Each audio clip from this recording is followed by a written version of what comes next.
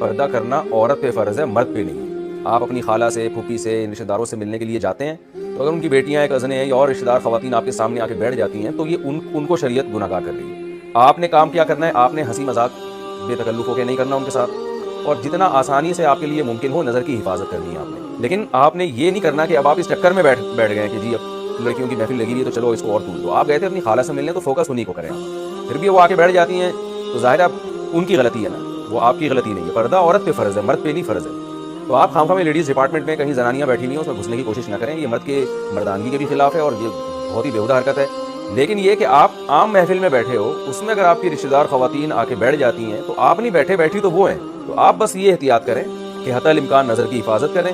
کوئی ضرورت کی بات وہ پوچھ رہی ہیں تو آپ بتا بھی سکتے ہیں، اور پھر بھی اگر بد اخلاقی کا طعنہ آپ کو لگتا ہے تو آپ بد اخلاقی کے طعنے پہ پریشان نہ ہو، اس میں آپ گناہ گار نہیں ہوں گے۔ چاہے والدین آپ